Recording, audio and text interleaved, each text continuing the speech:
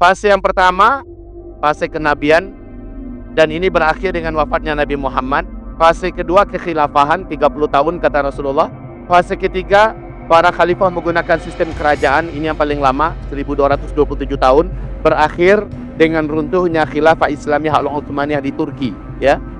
Berakhirnya ini masuklah kita pada fase terberat, yaitu fase para penguasa di muslim yang zalim, bertangan besi, diktator. Ciri khas penguasanya munafik, fasik, liberal, sekuler, anti-Islam, anti-syariat, dan menzalimi Islam dan para ulama.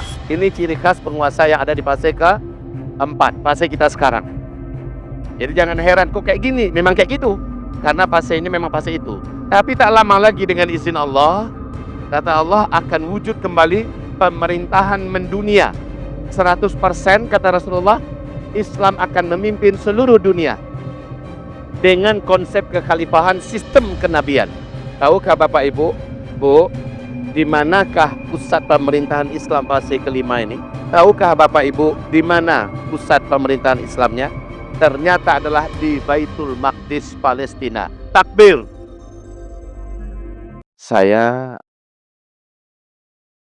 terkaget, memang agak kurang ilmu pasti, ketika membaca penjelasan para ulama salaf seperti Syekh Islam Ibnu Taimiyah, Imam An-Nawawi, bahwa Gaza itu masuk dalam hitungan Baitul Maqdis. Sebagaimana Zekim, Askelon, ya, terus Asdod, dan seterusnya ke atas.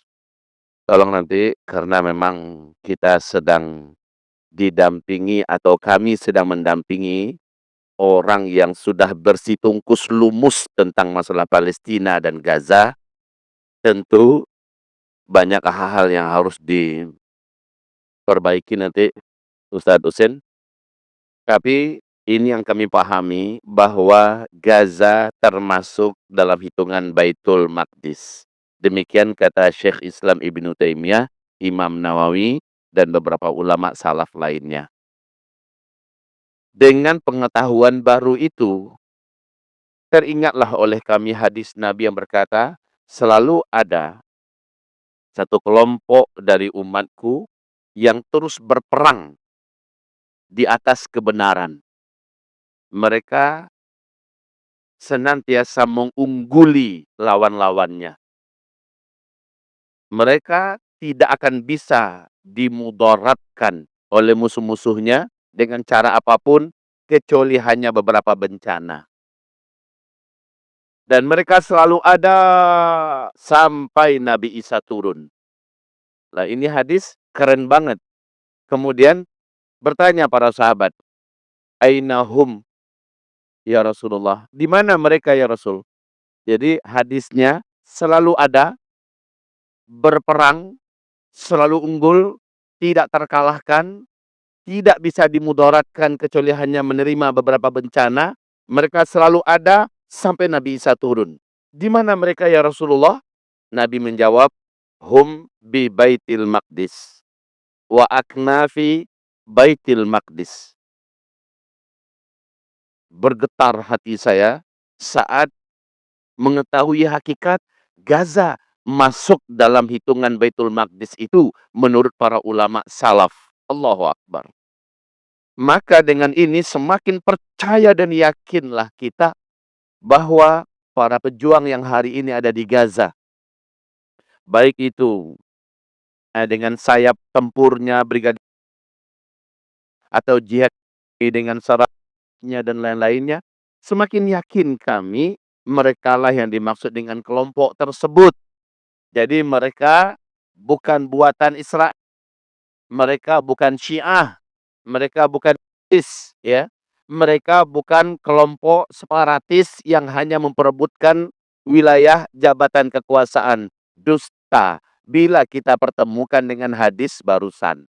Di mana mereka ya Rasulullah? Mereka berada di Baitul Maqdis. Maka kami baca buku-buku dan kitab-kitab yang menulis tentang Thaifah Al-Mansurah, pasti arahnya adalah Palestina, dan dikerucutkan lagi Baitul Maqdis. Dan yang asli di Baitul Maqdis itu adalah para petempur yang tak terkalahkan sejak mereka ada, di antaranya adalah.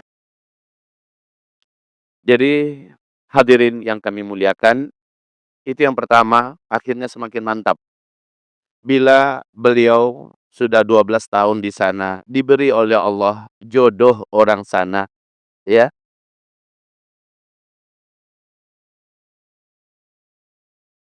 Ini rezeki yang tidak gampang didapat. Dari sekian ratus juta orang Indonesia yang ada, Allah tunjuk beliau, Allah pilih. Karena kata Rasulullah, di dalam hadis qudsi, Allah masukkan ke dalamnya hamba-hamba terpilih Allah. Hamba-hamba Allah yang terbaik. Jadi bukan sembarangan orang bisa menjadi penduduk sana. Beliau sudah punya KTP sana. Kami tanya tadi, Ustadz bisa masuk ke sana lagi kondisi sekarang.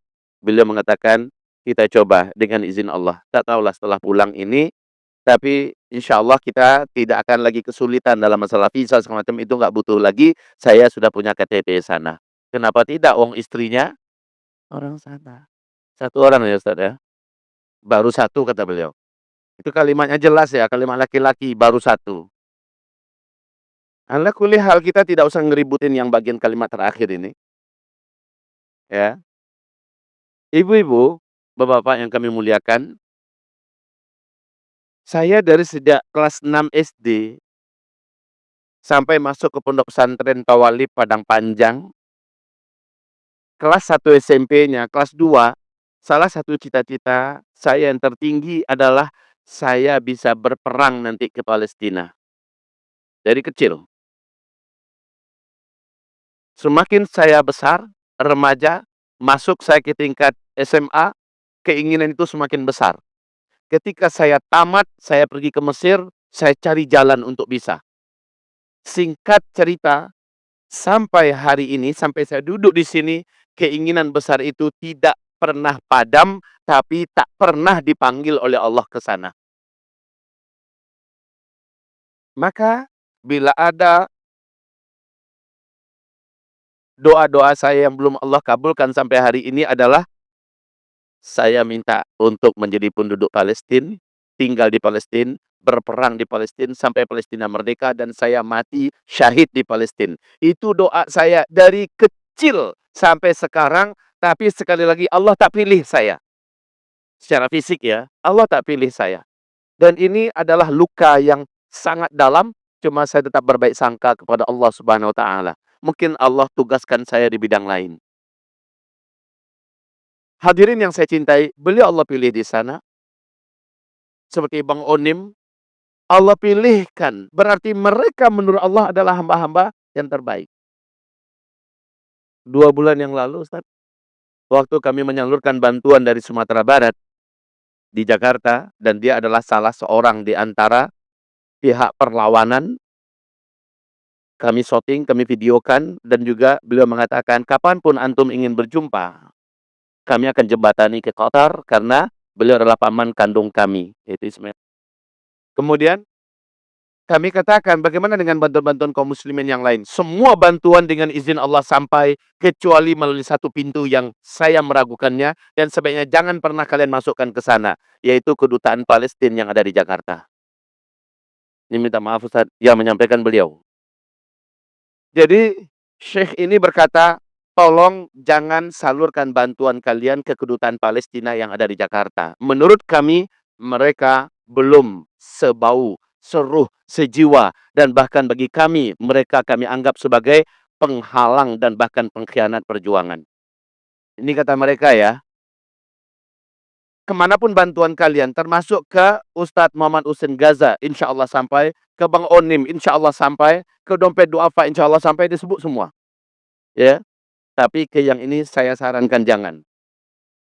Sejak saat itu, saya memiliki azam sendiri, bahwa saya akan sangat berhati-hati. Ketika mengajak umat, saya katakan, bukan Palestina yang butuh kita, tapi kita yang sedang butuh-butuhnya pada Palestina hari ini. Palestina tanpa kita, Allah akan menangkan Palestina. Palestina tanpa kita, Allah akan tolong Palestina.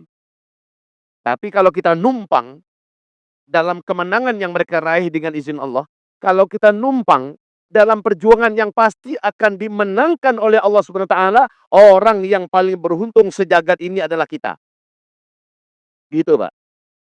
Bu, saya selalu mengumpamakan ibarat kapal besar. Coba sekarang bayangkan di slide kita 5 fase hadis sahih menurut Syekh Ahmad Syakir. Hadis ini riwayat Imam Ahmad. Saya minta izin ya, berdiri, boleh?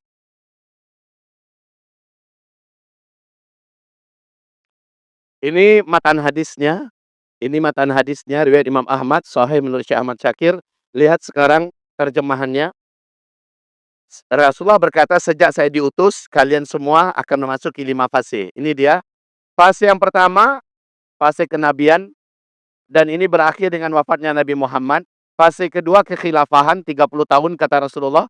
Fase ketiga, para khalifah menggunakan sistem kerajaan. Ini yang paling lama, 1227 tahun. Berakhir dengan runtuhnya khilafah Islamiyah al-Utsmaniyah di Turki. Ya. Berakhirnya ini masuklah kita pada fase terberat, yaitu fase para penguasa di Muslim yang zalim, bertangan besi, diktator. Ciri khas penguasanya munafik, fasik, liberal, sekuler, anti-Islam, anti-syariat, dan menzalimi Islam dan para ulama. Ini ciri khas penguasa yang ada di fase keempat, fase kita sekarang. Jadi jangan heran, kok kayak gini? Memang kayak gitu. Karena fasenya memang fase itu. Tapi tak lama lagi dengan izin Allah, kata Allah akan wujud kembali pemerintahan mendunia. 100% kata Rasulullah, Islam akan memimpin seluruh dunia. Dengan konsep kekhalifahan sistem kenabian. Tahukah Bapak Ibu, Bu, di manakah pusat pemerintahan Islam fase kelima ini? Tahukah Bapak Ibu, di mana pusat pemerintahan Islamnya? Ternyata adalah di Baitul Maqdis, Palestina. Takbir. Saya bertanya-tanya, kenapa lah orang Gaza ini unik? Orang Gaza itu unik. Beberapa sahabat kami, mereka itu tidak akan pulang kecuali setelah jadi doktor. Jadi di sana itu, profesor, doktor bukan orang yang langka.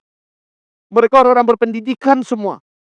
Dan mereka jenius-jenius, pinter-pinter. Setelah mereka selesai, cita-cita mereka cepat kembali. Kami tawarkan, kita rayu agar bisa tinggal, stay bersama kita. Kami berikan jabatan, pekerjaan, gaji yang baik. Dia kata, tidak, saya mau pulang, saya berjuang untuk Palestina. Saya mau merdekakan Palestina. Saya mau majukan Gaza, Palestina. Jadi mereka luar biasa. Wajar ya, pintar-pintarnya mereka ngalahin Israel. Dengan ala kadarnya, dengan senjata yang diracik dari rumah, bahkan pakai senjata dari gula, ngebom. Masya Allah ya. Ini wajar, pintar banget mereka. Karena memang mereka diberkahi. Penduduk yang paling diberkahi. Rata-rata mereka pencinta Quran. Hafiz-hafiz Quran di usia kecil. Dan mereka seluruhnya boleh dikatakan murabitun dan mujahidun. Baik. Jadi ini tempat posisi pemerintahan Islam mendunia adalah Palestina, Baitul Maqdis. Bahkan kata Rasulullah di dalam hadis nomor 3297, Nabi berkata, hadis riwayat Imam Ahmad atau Tirmidzi, Abu Daud, Rasulullah berkata bahwa nanti khilafah Islamiyah akan berkumandang di Baitul Maqdis di akhir zaman. Berkumandang di Baitul Maqdis di akhir zaman. Kita lihat gambarnya sebentar. Nah, kami bicara tentang masalah kapal tadi. Perhatikan. Ayo, tafadhol.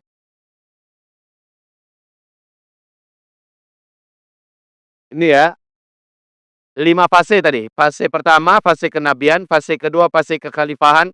Fase ketiga, fase para khalifah menggunakan sistem kerajaan. Ini fase keempat. Kita sekarang berada di sini dan sudah di penghujung.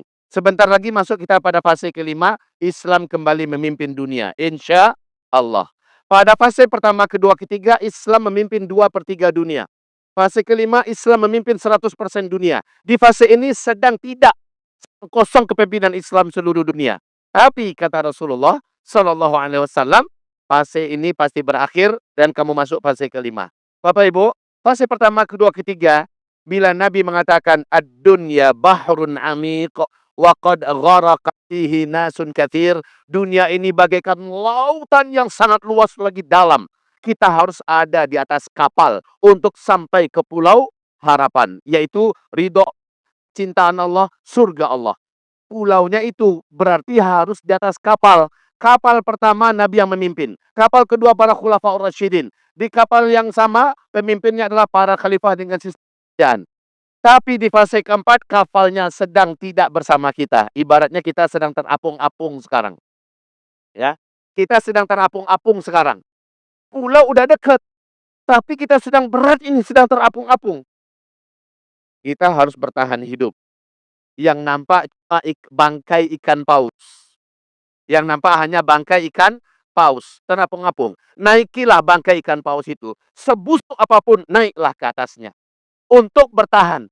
Untuk menjaga eksistensi kita. Untuk terus menyembah Allah. Ketahuilah, ikan paus bangkai di dalamnya ada ulat, ada belatung, ada kuman, ada bakteri. Betul ya? Dan busuk sekali baunya. Dan itu tidak akan bisa menyampaikan kita kepada pulau harapan, itu kemenangan Islam di akhir zaman. Allah nggak akan bisa. Bangkai ikan paus tidak akan mampu menjaga keberadaan kita agar tidak tenggelam, musnah sia-sia. Inilah dia, bangkai ikan paus itu adalah demokrasi. Menjijikkan. Demokrasi yang dibangga-banggakan dunia hari ini ibaratnya bangkai yang menjijikkan. Tapi itu yang ada sekarang. Paham? Fase pertama, kedua, ketiga, kita punya kapal besar.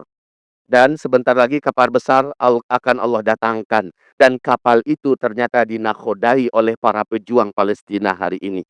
Melintas di depan kita. Sedang menuju kepada pulau kemenangan. Kita naik ke atas, maka kita akan terhitung sebagai penumpang yang ikut memperjuangkan kemenangan Islam. Dan Islam pasti menang. Dan kita ada di dalamnya. Tapi kalau kita tak naik ke atas, nggak apa-apa. Kapal tetap akan sampai ke pulau kemenangan itu. Kemenangan sebentar lagi. Kalau kita tak naik, tak apa. Tapi kalau kita mau naik, makanya saya katakan tadi, bukan Palestina yang butuh kita. Tapi kita yang butuh Palestina. Mereka yang sedang mengepalai, mengomandoi, dan menjadi kapten bagi kapal perjuangan ini. Untuk menuju kemenangan sebentar lagi. Kalau kita merasa kita yang butuh, kita yang numpang naik. Naiklah ke atas, walaupun kita harus bayar. Ikut dong, kami mau jadi penumpang.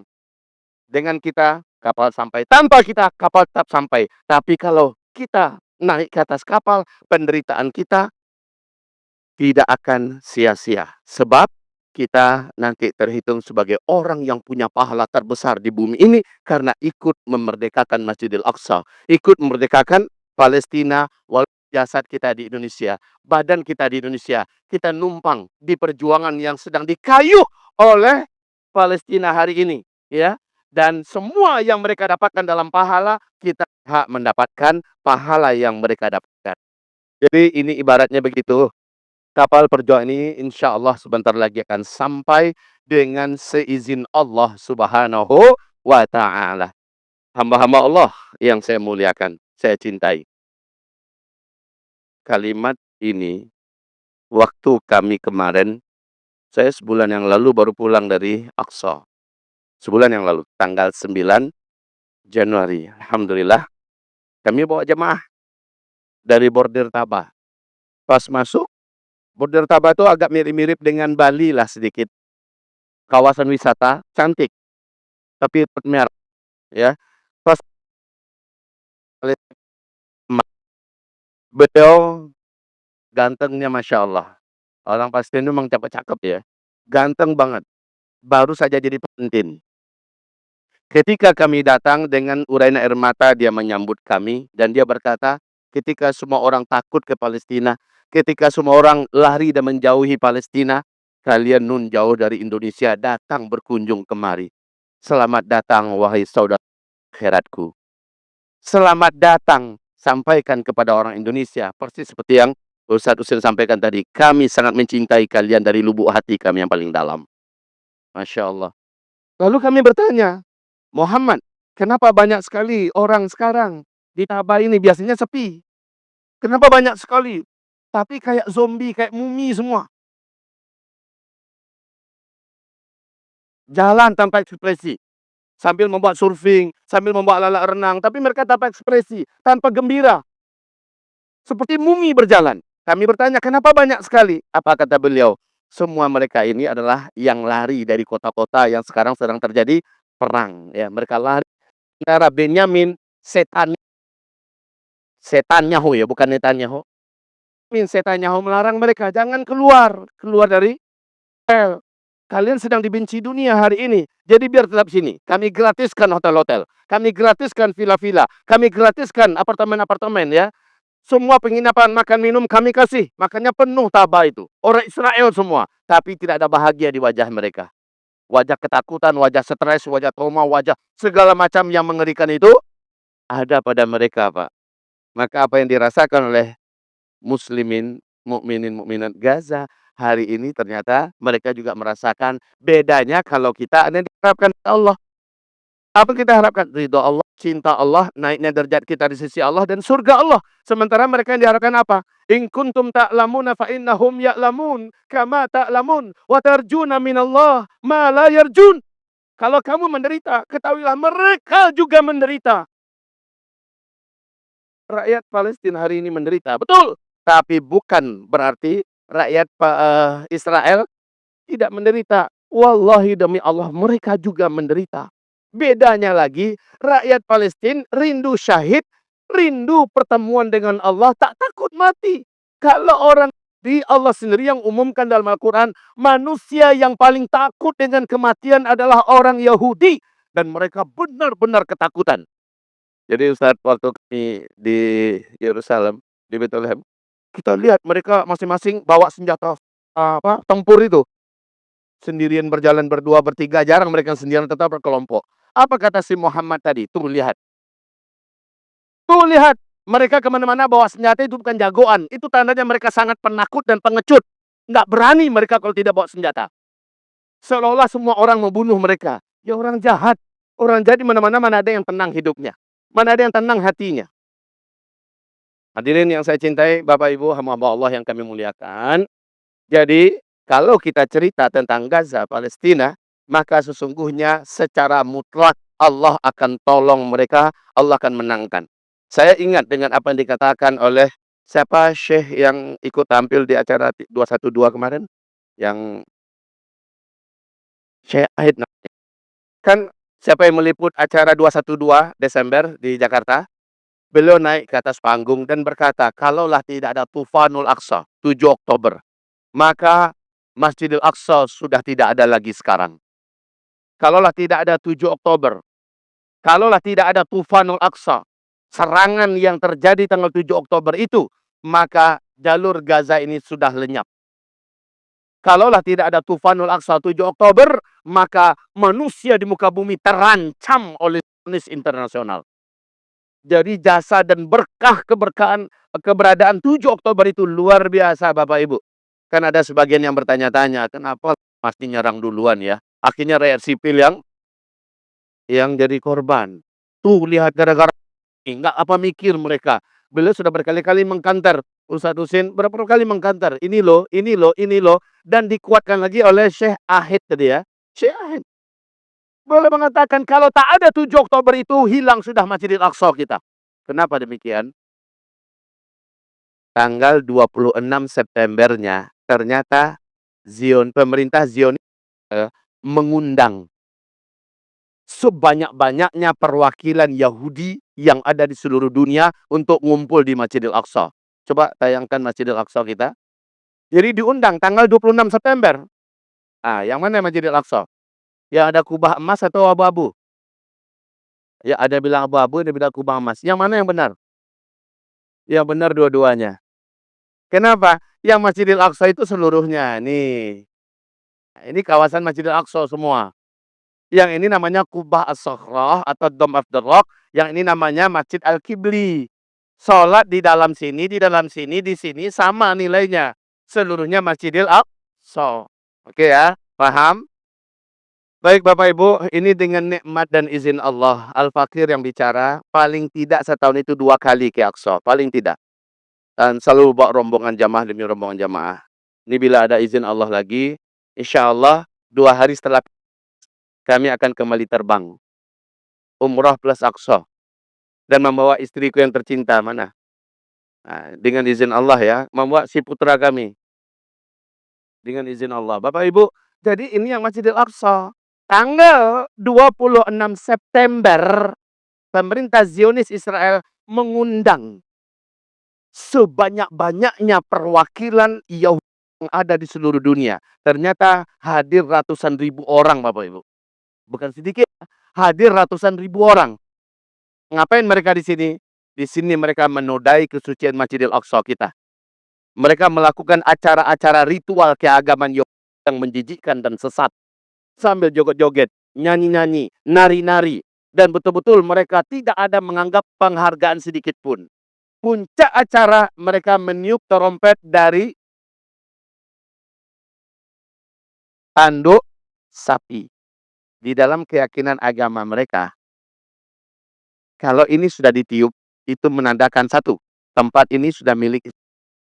Dua, di tempat ini 4 bulan kemudian sudah berdiri kuil Solomon atau Solomon Temple.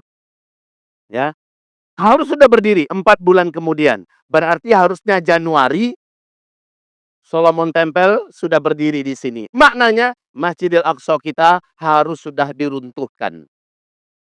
Ya, harus sudah diruntuhkan. Masalahnya selama ini niat mereka untuk meruntuhkan Masjidil Aqsa selalu terhalang karena keberadaan dan para pejuang-pejuang lainnya. Ini yang menjadikan mereka tak mewujudkannya. Dan itu sarang utamanya jihad Islam, sarang intinya ada di jalur Gaza. Ya, ada di Gaza. Dan Gaza selama ini tidak bisa ditaklukkan. Kami baca dalam buku Negeri-Negeri Akhir Zaman, Ustaz, ternyata dari 2006 mereka melakukan serangan. 2006, 2008, 2010, 2012, 2014, 2018, 2021. Nggak ada satupun mereka yang berhasil. Bahkan makin lama, perlawanan semakin hebat. Dan sekarang kalau begitu penghalang satu-satunya untuk meruntuhkan Masjidil Aqsa adalah CS. Mereka bertekad tanggal 8 Oktober kita ratakan jalur Gaza. Matikan semua manusia termasuk padam. 8 Oktober. Apa kata dunia terserah. Memang karakternya begitu. Nggak peduli apa kata dunia. PBB saja sudah anak buahnya. Tanggal 8 Oktober. Niat mereka ya.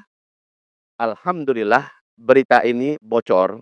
Dalam artian intelijen berhasil mendapatkan secara akurat, valid berita bahwa tanggal 8 Oktober tak akan dihaji. Maka mereka membuat gerak cepat mendahului sehari, yaitu tanggal 7 Oktober.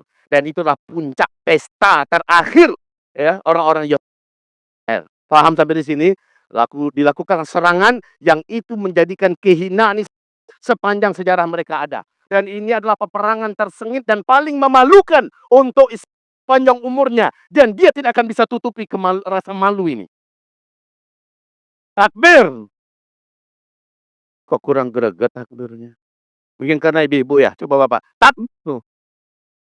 Bu, jangan Bu. Yang saya minta Bapak. Pak, ayo Pak. Allah. Oke Bu. Coba sekarang Ibu ya serentak. Namanya juga ibu. Takbir. Allah. Tapi gimana-gimana, ras terkuat di muka bumi ibu loh. Segagah-gagah apa kami kalau nggak ada ibu, kami lemes loh. Bahkan kami nggak ada. Masya Allah, barakallahu fikum, wahai tonggak negara. Ibu dikasih dinobatkan dalam Islam gelar yang sangat bagus ya. Tonggak negara adalah wanita, tapi bukan kami. Sedih kami, Bu. Baik, kita lanjut ya. Jadi, sudah paham sekarang apa gunanya 7 Oktober? Tidak ada 7 Oktober, tidak ada Tufan Al-Aqsa, Masjidil Aqsa kita sudah hilang. Kalau tidak ada, Al-Aqsa kita sudah hilang. Gaza kita sudah hilang. Dan dunia juga terancam. Oke Bapak Ibu yang kami cintai. Sekarang seperti yang kami bahasakan tadi, karena puncak acara kita adalah kita sekarang menunjukkan bahwa kita sangat butuh dengan Gaza. Kita sangat butuh dengan Palestina. Kita ingin menjadi penumpang kapal besar, kapal induk yang sedang melintas di depan kita untuk memenangkan dunia kembali. Dinakodai oleh dan lain-lainnya oleh rakyat Gaza dan Palestina yang luar biasa. kapal itu sedang melintas, ayo berlomba-lomba naik. Dan kita membeli tiketnya. Dengan niat, aku ingin sampai di pulau yang sama, yaitu kemenangan akhir zaman, kemerdekaan Palestina, bebasnya Masjidil Aqsa, dan aku ingin didapatkan dalam status di sisi Allah pejuang kemerdekaan Palestina. Persis seperti yang disampaikan oleh saudara kita di Palestina yang sedang berjihad. Kalian, hai Indonesia, tetaplah di kampung halaman kalian. Jangan ikut-ikutan perang kemari, malah membuat susah kami. Betul. Seperti kata beliau tadi, ini makhluk apa? Dari mana?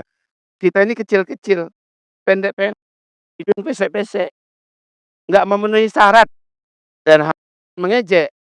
Kata, kami lebih tahu siapa lawan kami. Kami mengerti dengan medan ini. Dan kami sudah melakukan jihad yang panjang melawan mereka. Kami mengerti dengan bahasa sini. Dan ini juga struktur dan ini sangatlah rapi dan ketat. Tidak sembarangan bisa bergabung. Maka kalian tetaplah di Indonesia. Kami menjadi saksi di hadapan Allah atas cinta kalian kepada kami. Bila kalian ingin ikut berjuang dan mendapatkan pahala pejuang bersama kami, yang kami minta satu, senantiasalah kalian jaga doa kalian kepada Allah untuk menguatkan perjuangan ini.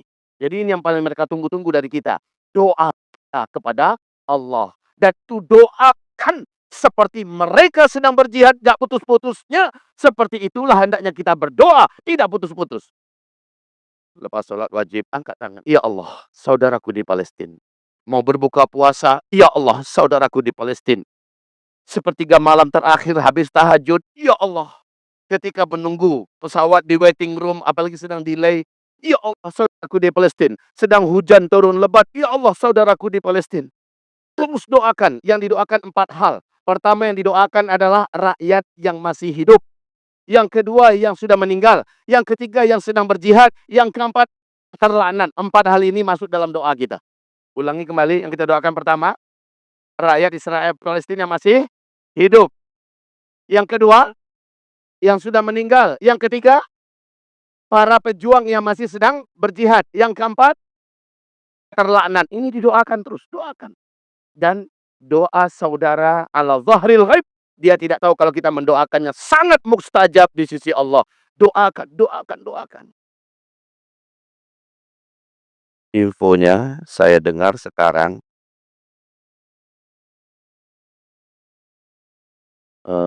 bisa menulisnya lebih kecil lagi dari ini.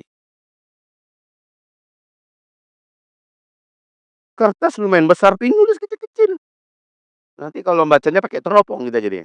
Oke, baik. Jadi ibu-ibu, sampai di mana kita tadi?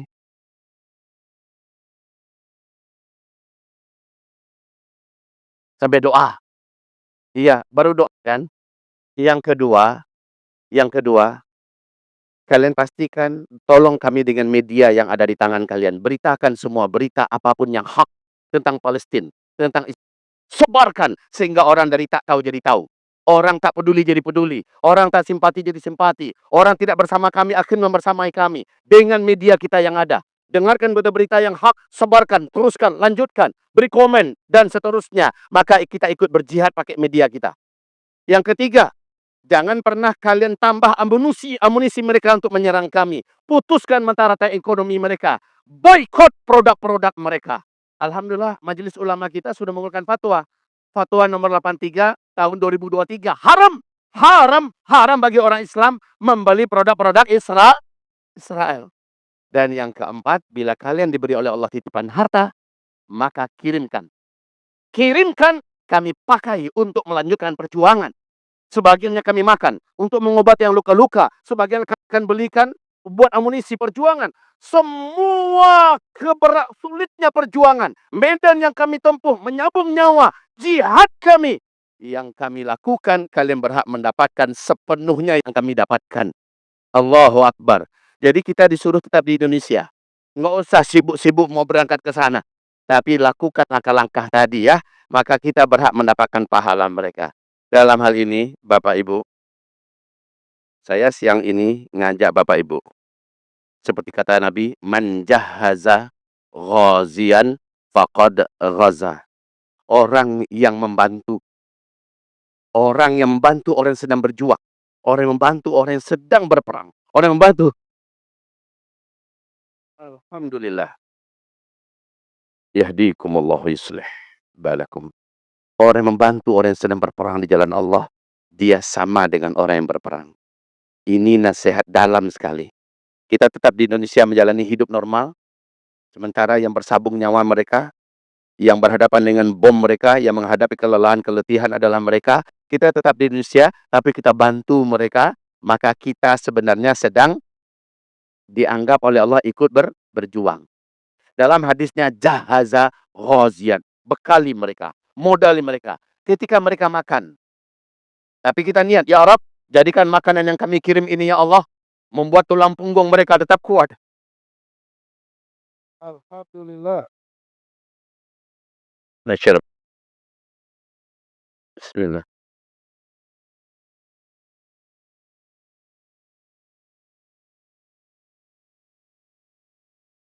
Alhamdulillah. Jadi alhamdulillah Bapak Ibu, sejak 7 Oktober sampai hari ini, saya selalu keluar dari Sabang sampai Merauke dengan izin Allah. Pulang kami hanya sehari 2 hari langsung keluar lagi. Sehari 2 hari langsung keluar lagi. Dan kami menganggap ini adalah yang bisa aku lakukan di Indonesia untuk saudara Palestinku. Ya, jadi nonstop. Kita juga terus bergerak, berharap kepada Allah walaupun saat ini fisik ini tidak ada di sana, tapi tetap ada di Indonesia, kita ikut memberikan kepada umat jembatannya supaya mereka sampai kepada matlamat tertinggi mempersamai Palestina. Oke, kita lanjut terakhir tadi, bantu mereka, maka kita sedang membuka peluang terbesar untuk diri kita sendiri. Saya teringat dengan firman Allah surat At-Taubah ayat 15. Apa firman Allah? Di ayat 14-nya, Allah berfirman, perangi mereka orang-orang kafir yang jahat. Niscaya Allah akan azab mereka melalui peperangan kamu terhadap mereka. Coba buka sebentar ayatnya. At-Taubah 14:15. Ini dia. Masya Allah ya, buram sekali di sini. Di sini, qatiluhum yu'adzibhumullahu bi'aidikum wa yukhzihim wa yansurkum 'alaihim wa yashfi sudura qaumin mu'minin. Ini satu paket, satu ayat. Perintah Allah, perangi mereka. Allah akan azab mereka melalui peperangan kamu, Allah akan hinakan mereka, Allah tolong kamu mengalahkan mereka, dan pasti sembuh semua rasa sakit dalam dada kamu. Jadi perintah Allah adalah perang ya. Tetapi ayat ke-15-nya, ayat ke-15-nya, ayo tuh ayat 15.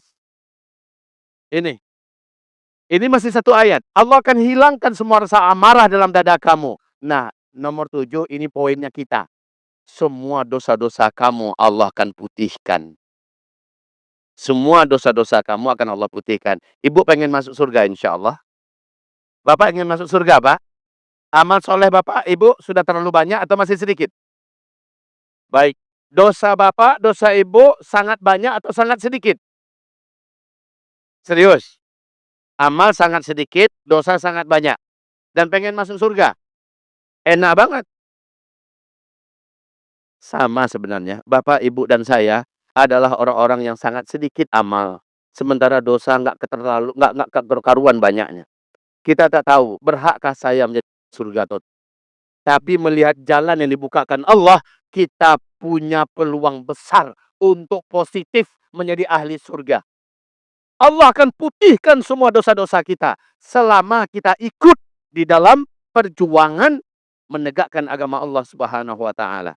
Caranya Bapak Ibu begini.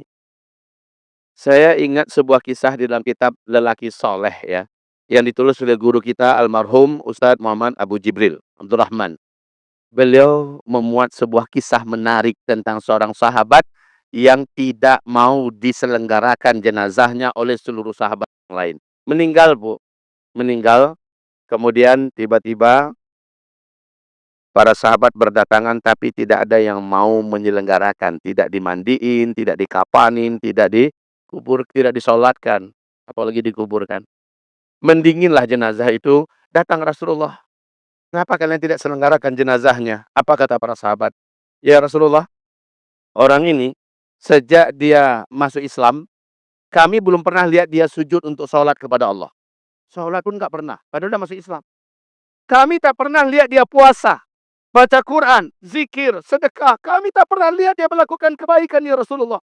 Yang kami lihat selalu orang ini dalam dosa kepada dosa yang lain, dosa kepada dosa yang lain. Durhaka pada orang tua, memutuskan tali silaturahmi, menipu orang lain, menzalimi, berzina, membunuh, sampai dia mati ya Rasulullah. Orang ini hanya buat dosa saja. Sehingga kami merasa tak layak orang ini kami selenggarakan jenazahnya. Mendengarkan itu, Rasulullah SAW terdiam. Lalu Rasulullah bertanya kepada para sahabat, saudaraku, apakah ada salah seorang di antara kalian yang pernah menyaksikan yang bersangkutan ini melakukan suatu amal soleh tertentu dalam hidupnya? Ada nggak di antara kalian? Kalau ada, tolong angkat tangan, berdiri. Katakan apa amalnya, di mana, dan kapan. Tiba-tiba seorang sahabat angkat tangan. Ah, kamu, kata Rasul. Silakan. Lalu dia berdiri. Ya Rasulullah, suatu hari saya dan dia pernah ribat sama-sama dalam sebuah peperangan melawan orang kafir ya Rasulullah. Waktu daerah Anu di waktu Anu. Bersama Anu ya Rasulullah. Satu malam suntuk saya dan dia ribat. Ribat itu apa? Roda semalaman sedang jihad. Jadi di malam hari ini ada petugas untuk memata-matai gerak-gerik musuh. Tidak tidur itu semalaman. Harus mengawasi gerak-gerik musuh. Lagi ngapain musuh? Ada pergerakan nggak menyerang tiba-tiba dan sebagainya. Petugas yang sedang ronda ini amalannya disebut dengan ribat. Saya dan dia ya Rasulullah ribat semalaman suntuk sampai pagi. Cuma itu yang saya ingat. Mendengarkan itu berubah mimik wajah Rasulullah. Besar bola matanya beliau. Kemudian beliau sing-sing lengan bajunya. Langsung semata-mata. Semena-mena beliau langsung tiba-tiba ingin angkat jenazah itu dan menyelenggarakannya dengan tangannya yang suci dan mulia. Mendengarkan ini, melihat ini, para sahabat yang lain langsung berlomba-lomba ingin ikut menyelenggarakan jenazahnya. Rasulullah sendiri mau menyelenggarakan. Setelah dimandiin, dikafani, setelah itu disolatkan, nggak tanggung-tanggung, Rasulullah langsung yang memimpin menjadi imam sholat. Allahu Akbar. Saat akan dikuburkan, Rasulullah yang masuk ke dalam, satu orang sahabat yang lain menunggu jenazah. Disambut kemudian saat akan diletakkan di liang lahat, apa kata Rasulullah? Ashabuka, seluruh sahabat-sahabatmu, yashhaduna, mereka semua bersaksi, annaka, bahwa sesungguhnya engkau, min ahlin nar, adalah penduduk neraka. Wa ana, sementara saya, ashhad, saya bersaksi, annaka, bahwa sesungguhnya engkau, min ahlil jannah, engkau adalah penduduk surga. Ya Allah, hanya sekali ikut perang, itu pun amalnya. Semua dosanya yang pernah dia buat dalam hidupnya dianggap oleh Allah. Namanya dipastikan ada di dalam surga. Kenapa? Karena dia masuk dalam ayat 14 tadi. Dan di ayat 15, Allah akan ampuni semua dosa-dosanya. Kita tadi berkata bahwa kita ingin masuk surga. Amal kita sedikit, dosa kita banyak. Bapak, Ibu, hamba Allah. Sekarang di bumi ini tidak ada peperangan yang paling suci, perjuangan yang paling agung melebihi yang terjadi di Palestina hari ini. Setuju tidak Bapak Ibu? Setuju tidak Bapak Ibu? Setuju tidak Bapak Ibu? Tidak ada peperangan yang lebih agung, lebih suci melawan manusia yang paling biadab, manusia yang paling bangsat, manusia yang paling bajingan, paling teroris melebihi yang ada di Palestina hari ini. Musuhnya adalah Yahudi. Sementara Palestina adalah bangsa beriman yang sangat tangguh, sabar, dan penuh tawakal.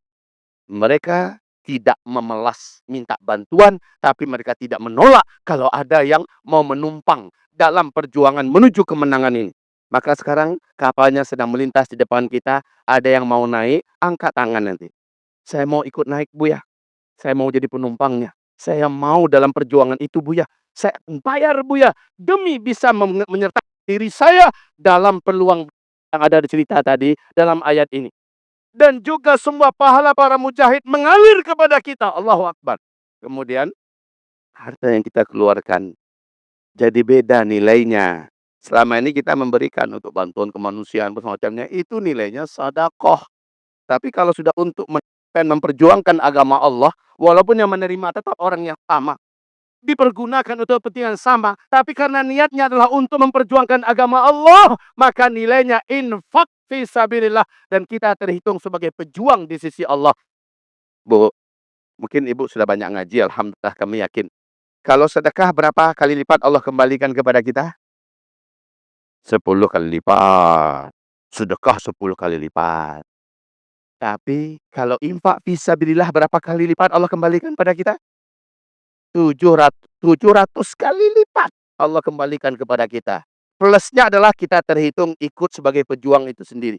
Plusnya lagi adalah semua dosa-dosa kita Allah putihkan. Plusnya lagi nama kita tercatat positif sebagai ahli surga selama kita tidak syirikan Allah Subhanahu wa taala. Jelas sampai di sini? Maka dengan izin Allah, kita mulai dengan izin Allah nanti siapa saja yang maju ke depan. Saya mau untuk Palestina yang tercinta. Tolong bawa kami, sertakan kami. Nanti kami akan kalungkan kepadanya, bismillah, syal. Ini syal, ini adalah lambang perlawanan Palestina. Ini adalah lambang perjuangan. Ya, kita akan kalungkan. Lalu kita doakan orang yang bersangkutan, terimalah hambamu ini ya Allah. Masuk. Jadi yang pertama, ini ada Al-Quranul Karim. Kita berikan kepada setiap orang yang akan berinfak di jalan Allah Subhanahu wa taala untuk kepentingan perjuangan kemenangan Palestina. Siapapun kita maju ke depan, Buya kami tak bawa uang, nggak apa-apa. Sekarang ada uang nggak apa-apa. Nanti ditransfer saja. Kami berharap ada nomor rekening panitia, sisihkan nomor rekeningnya. Nanti maju ke depan. Setelah selesai kami kalungkan syal ini, setelah itu ditulis namanya, nomor HP-nya, lalu transfer nanti ke nomor rekeningnya ada. Infak yang kami sebutkan, kami mulai dari yang tertinggi dengan izin Allah, karena Allah akan kembalikan berapa kita berikan. Maaf ini, kalau kita hitung dunia, kita kasih 1.700.000.000 Allah kembalikan. Hitungannya begitu ya. Kalau kita kasih 10 juta, maka Allah kembalikan 7M kepada kita. Dan Allah maha menepati janji. Sekali lagi, ini adalah bentuk hadiah terbesar dalam hidup kita untuk diri kita sendiri. Jadi bukan untuk Palestina. Saya katakan tadi, tanpa kita naik, Palestina akan tetap dimenangkan oleh Allah. Tapi dengan kita naik, kita sedang memberi hadiah terbesar untuk diri kita sendiri sambil ikut dalam membersamai perjuangan Palestina.